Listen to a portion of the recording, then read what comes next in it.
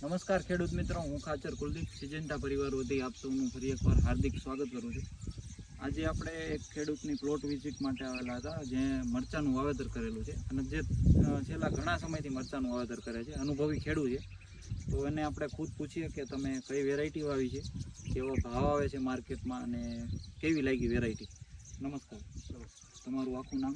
માવજીભાઈ વિહાભાઈ, ગામ ઝીંઝુડા. અને mobile number? 87 80 84 7007. તો તમે કેટલા સમયથી મરચી મરચી દર વર્ષે વાવું. અને આ વેરાયટી કેટલા ટાઈમથી વાવો? આ વેરાયટી હું 2-3 વર્ષથી વાવું.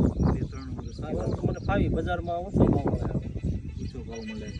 અને તો તમે બીજા ખેડૂત મિત્રોને જણાવશો કે કેવી વેરાયટી લાગી તમને અને કેવા ભાવ આવે છે માર્કેટમાં, બીજી વેરાયટીના મુકાબલે કેવું આમાં ઉત્પાદન આવે છે? ઉત્પાદન તો બધા ઉત્પાદન કરતાં બીજી મરચી કરતાં વધારે આવે અને બજારમાં ભાવ સારા મળે.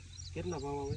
ભાવ અત્યારે પહેલાં 60 થી 70 રૂપિયા હતા કિલોના, અને અત્યારે 35-40 રૂપિયા અત્યારે હાર થઈ ગયો. અને પેપ્સીના કેવા આવે છે? પેપ્સી કરતાં આનો ઓછો ભાવ આવે.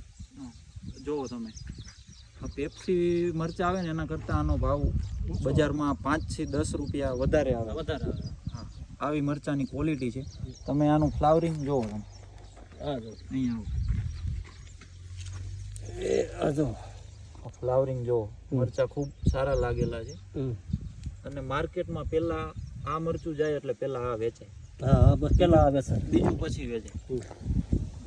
તો તેથી તમે બી સારું ઉત્પાદન લેવા માંગતા હોય, સારી વેરાયટી ચૂઝ કરવા માંગતા હોય ને સારી માવજત માંગતા તો આ વેરાયટીનું અવશ્ય વાવેતર કરો. હા બસ.